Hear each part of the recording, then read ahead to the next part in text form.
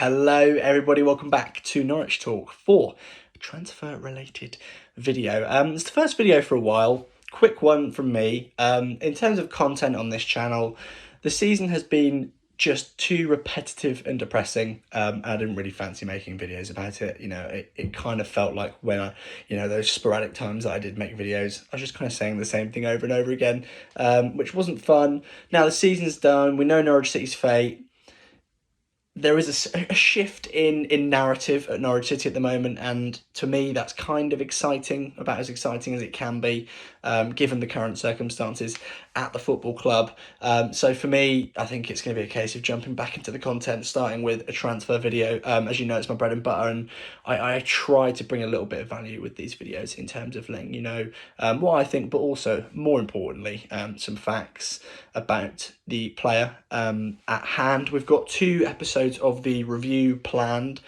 We've got a general season review, hour-long special, if we can do it in an hour rather than 4 parts, because not doing it for 4 parts, goodness me, that would be far too depressing. And we've got a pod with Benjamin Bloom and Connor Southwell of the Pink and planned as episode 2 of the review, which will be a game of keep, loan or sell, which will be incredibly fun, although we do need to get it done nice and quickly because Norwich City's business, I can imagine, is going to kick off. Well, I mean, it already has kicked off with Timu Pukki leaving, but it's going to kick off sharpish. So yeah, that's what's in store. But we're here to talk about Ashley Barnes, a signing initially where I kind of thought, oh, Ashley Barnes, not particularly exciting, but you delve into it, you think about it, you consider all the different factors, and not that bad. I feel like, as a Norwich City fan, a fan of a team who've just finished 13th in the Championship, to perhaps maybe be downplaying a starting striker in a title-winning team is a little bit on the nose. But also, come on, it's football. We know how this game works. We all have opinions, and there's no point in mincing them because that's no fun. So yeah, Ashley Barnes, he's 33 years old. If you see me looking off, I'm looking at my fact sheet, if you will. He's 33 years old. He's 34 in October. He is technically an Austrian international, although we're looking at one, as far as I've found anyway, one appearance at under 20s level.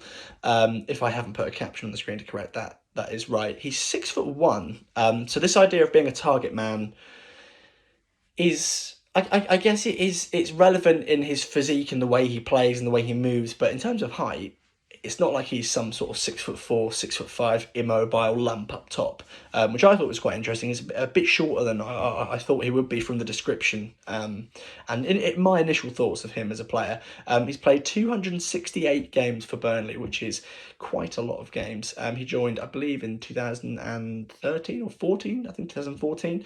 He played 141 games for Brighton before that, so he's been around the block in England in terms of playing games. He scored 51 goals for Burnley. 6 of those seasons of the 8-9 merge, whatever you want to call it, 6 of those seasons were in the Premier League. And I believe, looking sort of at the appearance record list, I think in the first season he didn't play too much in the Premier League, but from sort of then on, he was a regular starter for Burnley. Burnley obviously then went and spent £20 million on Wout Weghorst, and well, that didn't go particularly great. They got relegated. Ashley Barnes was the go-to again. So he's played a hell of a lot. He's played a lot this season as well.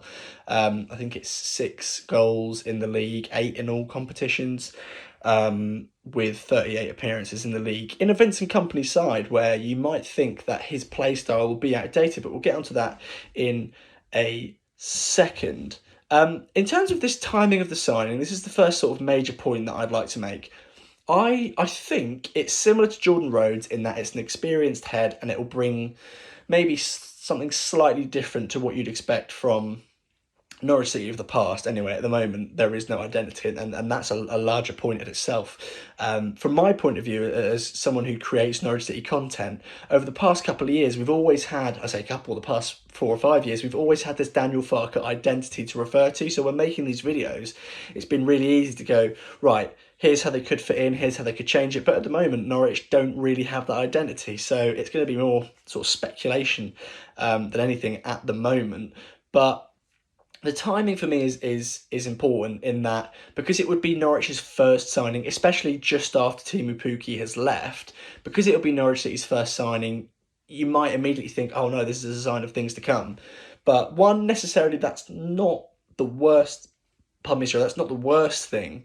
But also, I think if Norwich City had made, say, if we were, I don't know, late July or early August, if Norwich had made 8, 9 signings where at least 60, 70% of those signings were players that we were excited for, younger players, slightly more proven players at different levels, whatever, then you perhaps go, oh, it's just it's a little bit of experience to go with this new youthful foreign team. Whereas because he's the first signing, I think it's caused a bit of a knee-jerk reaction. For myself, I'm speaking for myself here, but I hope that makes sense.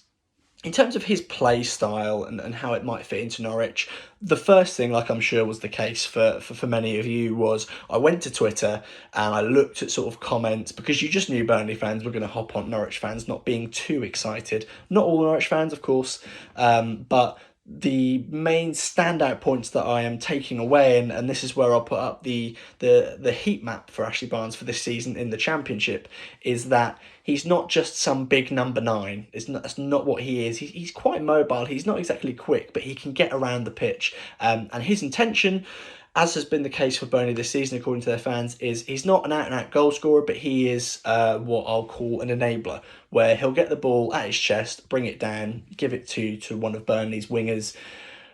In this Norwich City team, the idea of him bringing the ball down and giving it to a winger isn't particularly exciting, because we are relying on El Hernandez as pretty much the only out-and-out winger. You've got Christos Scholis, but my thoughts on him will become very clear after Keep Blown or Sell. John Rowe, Tony Springett, players who probably aren't going to be here next season, whether that's permanently or out on loan. So yeah, that idea that this is a guy who comes in and will bring the ball down and will get the wingers involved, and a lot of Burnley's success has come from the width this season, is not a particularly exciting one. But also for me, it's dynamic range in this Norwich City team. I think the intention will be to play football, but the idea that we have someone like Ashley Barnes to either start the game and cement the place in the game, or to bring off the bench and cause trouble, I guess is one, especially on a free transfer. Let's not forget that it would be a free transfer. It's kind of a low risk, high reward type thing, which is something that Mr. Stuart Webber used to talk about a lot with transfers, free transfers and cheaper transfers, especially. He's not a Timu Pukki replacement, but that's fine. We can live with that. In terms of Ashley Barnes, I think mentality, so he has just won the Championship, and a lot of players in this squad have recently as well, but bringing that winning mentality to Norwich City is going to be so important, especially in the Championship. You can't disregard the title-winning players in Norwich's squad at the moment, but the last thing on their mind is going to be how they've won the league before. It's going to be a really unsuccessful season in the Championship, just gone. Season before of just getting humiliated in the Premier League. That's what's going to be on their mind. So to bring in a winner, especially in this division, is going to be so important. So yeah, I think on the whole, it's a free signing, and it's a guy who's been promoted and played a lot of games.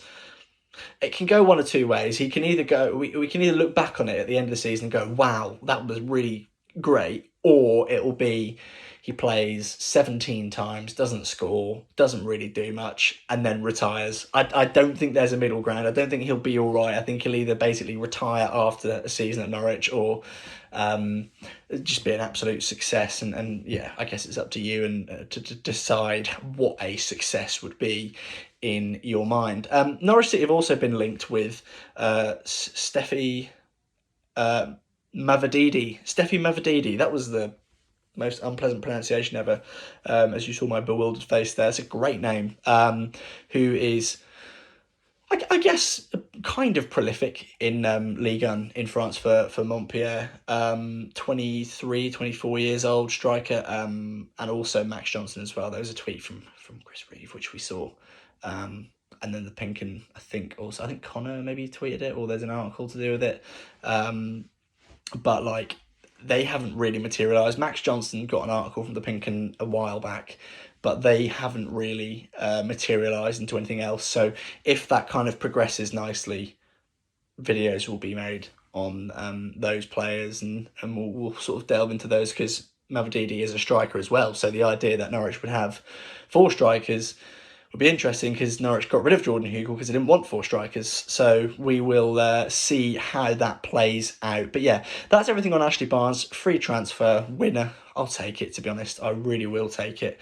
And not reluctantly. That sounded kind of reluctant, but it's not reluctantly. As I said at the beginning of the video, content to expect: 2 episodes of the review, 1 podcast where I'm going to try and get some guests on, and another one with Ben Bloom and Connor Southwell. Keep, loan, sell. If you're still around, hello. Get your thoughts in ahead of keep, loan, sell, that game. I'll be interested to refer to your comments during that. But yeah, that is everything for this video, so I'll see you in the next one.